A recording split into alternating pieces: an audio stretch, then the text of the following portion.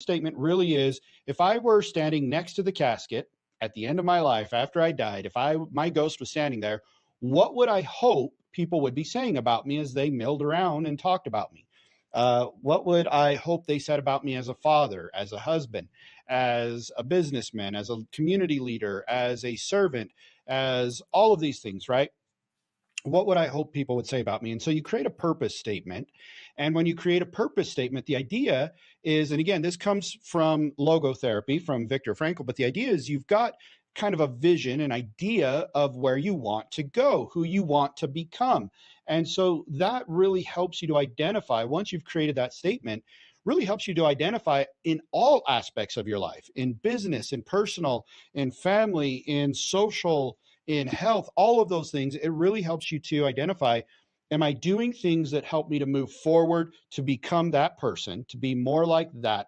Or is what I'm doing just busy work? Is it just keeping me chasing my tail, as it were, and spinning in circles? Am I spinning up, or am I just spinning in circles? And so that's the idea, is for you to really look at what you do. The first step is you got to decide what the end result is, for the actions that you're taking, the things that you're doing. And really the best way, I highly recommend, if you haven't done it already, is create a purpose statement, create a vision of who you want to become by the end of this life. That when God says you've had enough, I want you back, that who have I become? Who have I become spiritually? Who have I become as a family person? Who have I become as a business person? Who have I become in the community? Who have I become socially? Who have I become health-wise? How have I treated my body, my family, my friends?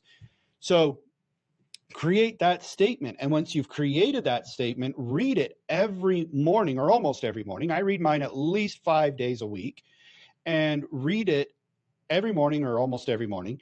And it will help inform your daily actions. It will help to inform, if I want a business that looks like this, then is what I'm doing today going to get me there?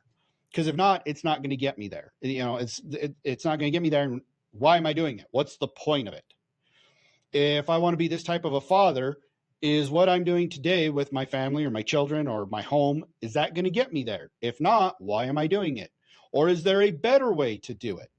Can I succeed in business while winning at home? See what I did there? I threw my catchphrase back in there. Can I get the twin win if that's what I want? So that's the idea, but you have to define that. I talked about this before when I talked about people not knowing what they want, and it's okay to want. And that was more from an abundance scarcity type of a thing. But this is really, this attaches the what I want to the daily actions. Is what I'm doing today, is it busy work? Is it just busy work? Is it just something that someone else could do, or that it doesn't need to be done at all? So there's 3 things that you could do. If it's busy work, you can automate it, you can delegate it, or you can eliminate it. And if it can be automated, delegated, or eliminated, and your business will still be fine, or even better, then it's busy work. That's how simple it is. I call it my AID method, ADE. Automate, delegate, eliminate. If it can be automated, delegated, or eliminated, then it's busy work, and it either doesn't need to be part of your business, or it can be done by somebody else in your business. Also in your life, if you're a church leader, can this task be automated, delegated, or eliminated? If it can be automated, delegated, or eliminated, then it's not something you need to do as a church leader. If you're as a parent, can this task be something that is, you go, well, how do we automate, delegate, or eliminate? Well, let's say taking out the trash, for example. Can you delegate that to your 17-year-old son? You betcha you can. So that doesn't need to be done by you, right? It teaches your child some responsibility, teaches them chores, teaches them to take personal responsibility for an assignment, as well as for part of the house. And it frees you up to do more good parent things, to do more things that are better for the whole family as a whole, versus focusing on the minutia of little daily things. So I hope you see where I'm going with this. You need to define those. So there's 5 areas specifically where I want you to think about in your purpose statement and define. Your first area that I want you to think about is your family. What kind of a person do you want to be in regards to, or in relation to, your family? How do you want your family to remember you? Your family. Your next is your social, or your friends, your community. This is, how do I want my community? How do I want my friends? How do I want my social circle to remember me? Okay, what kind of a person do I want to be there? The next is your health. You need to think about your health. in what kind of, how long do I want to live? Do I want my final days to be miserable and in a hospital or with tubes coming out of me? Or do I want to be active and vibrant until the end of my days?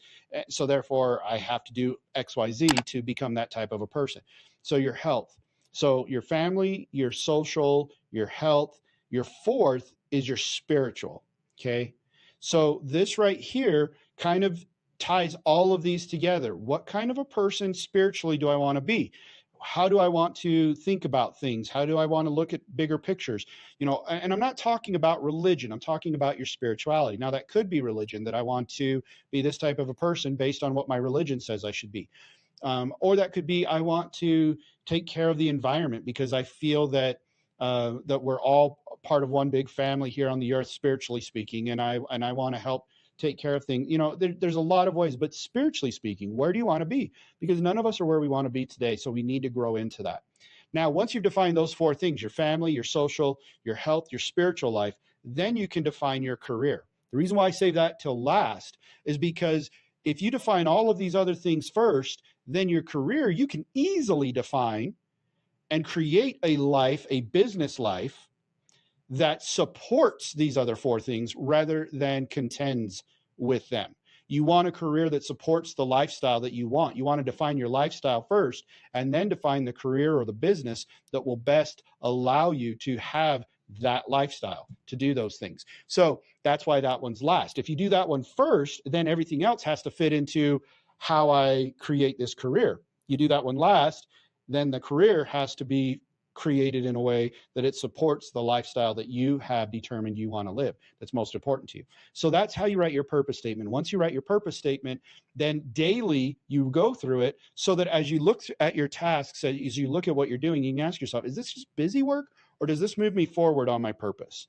Okay. Does it really move me forward? And that doesn't mean that it always has to be a big thing. Sometimes we have to do little things to move us forward, but is it really moving me forward? Or is it a side quest? Is it a shiny object syndrome? Is it something that's going to take me off course here? And this is how we stay on course. Now, that being said, I want to give you one last piece of advice. And the advice is this: your purpose statement is a living document. What do I mean that it's a living document? Well, what I mean is that as things in your life change, as new opportunities arise, or as certain things that are out of your control change, you may have to tweak or change certain things in your purpose statement.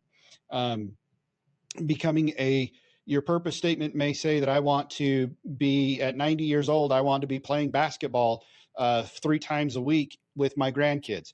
And then you may have a car accident that makes you a quadriplegic or a paraplegic. And so your definition of what your optimal self in the health area would be needs to change clearly. Doesn't mean you need to give up. It doesn't mean you need to stop. Maybe it becomes you're going to walk again, depending on how severe, or maybe it is that you're going to play basketball, but you do need to reevaluate that. I reevaluate my purpose statement every quarter. Sometimes I make little tweaks to it. Sometimes I write it as is. I write it in my purpose-driven planner at the beginning. That's part of the planner system that I've created, so that every day it's right there and I can read it first thing just by opening to the first page. And so by doing that, and every quarter reviewing it, and then having an annual review where I really dig deep into it and say, okay, what course corrections do we need to make, either in the statement itself or in my actions to course correct to become more aligned with the statement, then it allows me to progress and move forward. So that's what I want you to do. Go ahead and do that. Please leave a comment down below. Let me know what you think about this idea. I know that I've narrowed it down to 5. I started out with like 15 life domains. That just got unwieldy, then down to 10. Now I've got 5. Let me know what you think about those. Let me know what your purpose in life is. And if this hopefully was helpful, give me a hashtag live. If you're watching it live, a hashtag replay. If you're watching it on replay, remember, you can have the twin win, but you have to design the twin win. So you have to design your life so that you can succeed in business while winning at home. And that is the key to this entire system. So I'll see you guys next time. Remember, stop existing, start existing. Stop existing, start living. See, it's live. That would have been edited. Stop existing, start living. We'll see you guys next time. Thanks for stopping by.